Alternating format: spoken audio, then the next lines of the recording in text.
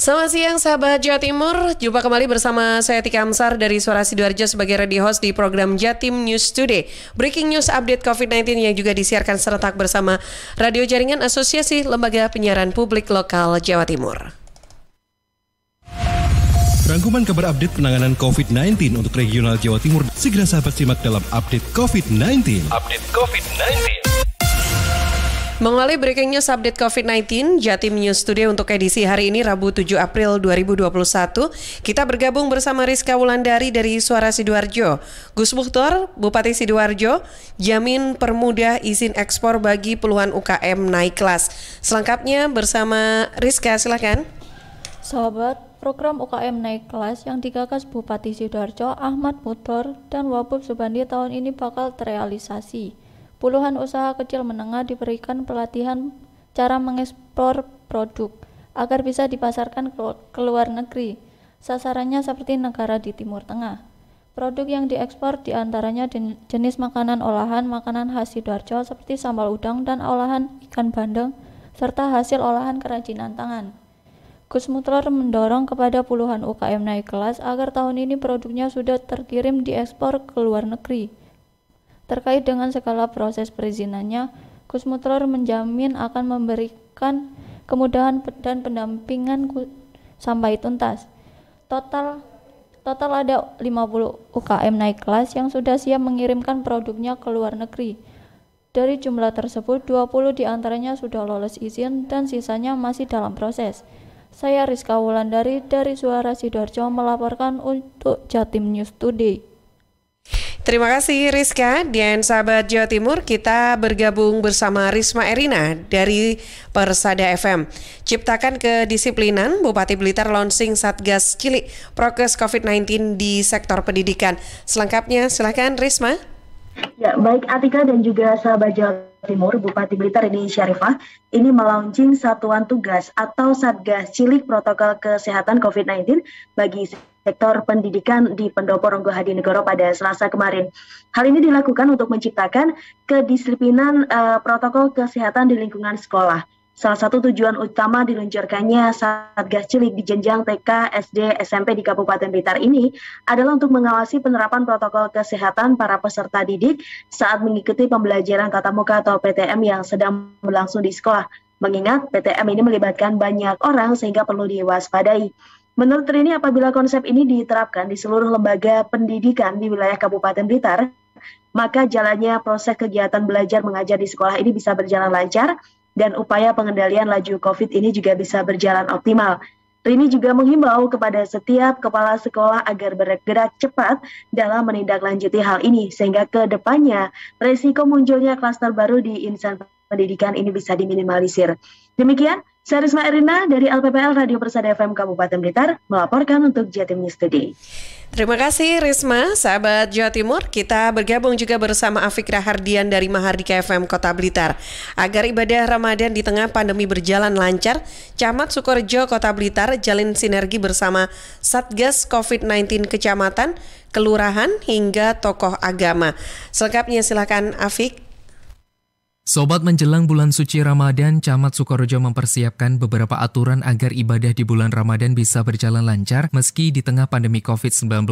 Juyanto, Camat Sukorejo saat dikonfirmasi Selasa 6 April 2021 mengatakan pihaknya tidak ingin COVID-19 mengganggu jalannya peribadatan di bulan Ramadan. Oleh karena itu pihaknya menjalin koordinasi dengan tim Satgas COVID-19 Kecamatan Sukorejo, Kelurahan, hingga tokoh agama terkait pengamanan ibadah di bulan Ramadan. Misalnya pelaksanaan sholat tarawih, Juyanto meminta agar setiap satgas kelurahan ataupun petugas posko PPKM Mikro memastikan penerapan protokol COVID-19 berjalan tertib. Pihaknya meminta agar penjagaan jarak, pemakaian masker hingga penyemprotan desinfektan di setiap masjid dan musola tertib dilaksanakan. Juyanto menjelaskan, sejauh ini pembahasan terkait pengamanan COVID-19 di bulan Ramadan masih terus berlangsung. Pihaknya juga masih akan mengumpulkan tim Satgas COVID-19 Kecamatan dan Kelurahan untuk memantapkan aturan lainnya. Juyanto berharap warga Kecamatan Sukorejo dapat melaksanakan ibadah puasa Ramadan Ramadan dengan lancar, aman, dan terhindar dari COVID-19. Lebih-lebih saat ini untuk menyongsong libur panjang Hari Raya Idul Fitri, juga kegiatan puasa Ramadan, Satgas PPM tingkat RT RW kelurahan di mana perannya sangat-sangat strategis menjadi titik sentral pengendalian keluar masuknya warga. Saat disinggung mengenai aturan mudik bagi warga, Juyanto masih menunggu aturan resmi dari pemerintah kota. Namun Juyanto menyebut sejauh ini jika ada warga luar yang datang ke wilayah Kecamatan Sukorejo wajib menunjukkan surat keterangan negatif COVID-19. Afik Rahardian, Mahardika FM. Ya, terima kasih Afik. Masih dari Mahardika FM Kota Blitar. Kali ini kita bergabung bersama Kirana Nisa. Stok vaksin terbatas 4.189 orang di Kota Blitar belum menerima vaksin COVID-19 tahap kedua. Selengkapnya silakan Risma. Pelaksanaan vaksinasi COVID-19 tahap 2 di Kota Blitar masih berlangsung. Hingga kini masih ada sekitar 4.180 orang menunggu jadwal penyuntikan vaksin COVID-19 karena stok vaksin yang terbatas. Didik Jumianto, Kepala Bidang Pengendalian dan Pencegahan Penyakit Dinas Kesehatan Kota Blitar dikonfirmasi Selasa, 6 April 2021 mengatakan, berdasarkan sumber data sasaran dari data cakupan laporan manual Kabupaten Kota per 5 April 2021, capaian vaksinasi tahap 2 bagi petugas pelayan publik dosis 2 mencapai 69,85% atau 9.704 orang dari total sasaran 13.893 orang. Sementara sisanya 4.189 orang diminta bersabar menunggu jadwal giliran vaksinasi. Didi juga menghimbau agar masyarakat tidak khawatir karena pemerintah memastikan seluruh masyarakat mendapat jatah vaksin COVID-19. Meskipun pendistribusian dari pemerintah provinsi juga dilakukan bertahap. Jumlah yang dikirim pun tidak pasti karena menyesuaikan ketersediaan vaksin. Tidak ada jadwalnya, nanti ada jadwal dari provinsi akan mengatur itu pakai Udina. Kita kemarin itu ada level 1, pelaksanaan level 1. Didi menjelaskan ketersediaan stok vaksin COVID-19 di Kota Blitar saat ini terbatas. Hingga 5 April 2021 masih tersedia 330 dosis vaksin untuk menyasar 165 orang. Kirana Nisa, Mahardika FM. Ya, terima kasih Kirana. Sahabat Jawa Timur, kita bergabung juga bersama Isyatun Hania dari Suara Gresik. Rumah sakit rujukan COVID-19 di Gresik mulai kosong. Selengkapnya, silakan Isyatun. Sahabat, sejumlah rumah sakit rujukan untuk pasien COVID-19 di Kabupaten Gresik dikabarkan mulai adanya pengosongan dari pasien yang terkonfirmasi COVID-19. Hal ini sesuai dengan menurunnya grafik jumlah orang yang terkonfirmasi COVID-19 di Kabupaten Gresik.